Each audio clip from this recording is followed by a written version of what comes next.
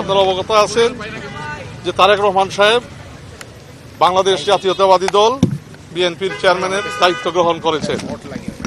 উনাকে নিয়ে ওনার নেতৃত্ব, ওনার পরিকল্পনা, আগামীর বাংলাদেশ গড়ার পরিকল্পনা, বিশেষ করে ওনার ঐতিহাসিক 25শে ডিসেম্বরের রিটার্নের পরে আন্তর্জাতিক মহলে বিশেষ আগ্রহ আছে।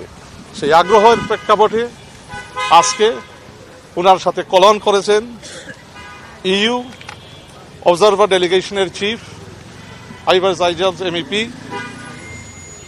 High commissioner of India, ambassador of Turkey এবং অ্যাম্বাসেডর অফ ইজিপ্ট।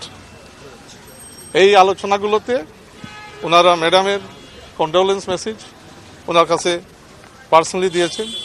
আবার ওনাদের সরকারের পক্ষ থেকে এখানে মত বিনিময় হয়েছে, এক্সচেঞ্জ হয়েছে। ওনার পরিকল্পনা, বিএনপি আগামীতে সরকার গঠন করলে কী ধরনের ডেভেলপমেন্ট প্ল্যান নিয়ে এগিয়ে যাবে, দেশকে গড়বে, দেশের মানুষকে নিয়ে কিভাবে কাজ করবে, এবং আন্তর্জাতিক নীতি কী ধরনের হবে, বিভিন্ন দেশের সাথে কী ধরনের আমাদের পজিটিভ বাইল্যাটারাল রিলেশনশিপ আমরা কীভাবে গড়তে পারি। তো এইগুলো নিয়েই আলাপ আলোচনা হয়েছে অত্যন্ত কোডাইল একটা অ্যাটমসফিয়ারে।